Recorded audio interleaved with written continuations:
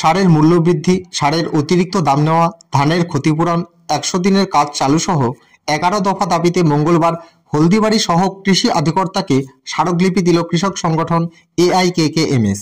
এই কর্মসূচির নেতৃত্ব দেন AIKKMS এর ব্লক সম্পাদক সাত্তার সরকার, রেজ্জাক সরকার, আলেমা সরকার সহ প্রমুখ। এরপর হলদিবাড়ি শহরে স্টেশন রোডের থেকে প্রতিবাদ মিছিল বের করা হয়। মিছিলটি হলদিবাড়ি শহরের বিভিন্ন পথ পরিক্রমা করে পুরনো বাসস্ট্যান্ডের সামনে একটি পথসভার আয়োজন করে। পথসভায় বক্তব্য রাখেন কৃষক নেতা রুহুল আমিন সহ অন্যান্যরা। স্মারকলিপি প্রদান করলাম 11 দাবির উপর ভিত্তি করে। প্রথম দাবি ছিল সারের যে MRP রেট তার বাইরে সারের দাম নিচ্ছে অস্বাভাবিকভাবে। যে দামের বিরুদ্ধে, সারের কালোবাজারির বিরুদ্ধে আমাদের আন্দোলন। তার পাশাপাশি কৃষকদের কৃষি পণ্যের MSP চালু করার দাবি সহ ধানের মান্ডিতে ফাটকাবাজি দালালি চলছে এবং প্রকৃত কৃষকরা মান্ডিতে ধান দেওয়া থেকে বাদ পড়ে যাচ্ছে।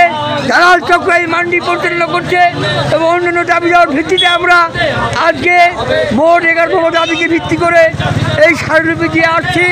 এই বিষয়ে আশ্বস্ত করেছেন কৃষকদের ভুট্টা বীজ সহ, সর্ষে সহ, সার, ঔষধ সহ যাবতীয় সরঞ্জাম দ্রুত কৃষকদের দেবেন মিনিকেট হিসেবে এবং কোনো দলবাদীদের না হয় তার জন্য তিনি কার্যকরী পদক্ষেপ নেবেন এই আশ্বাস দিয়েছেন।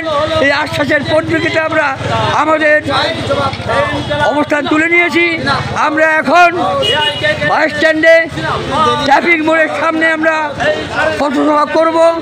এরিয়ার পরিষ্কার বক্তব্য কী সম্পূর্ণ তুলে ধরব।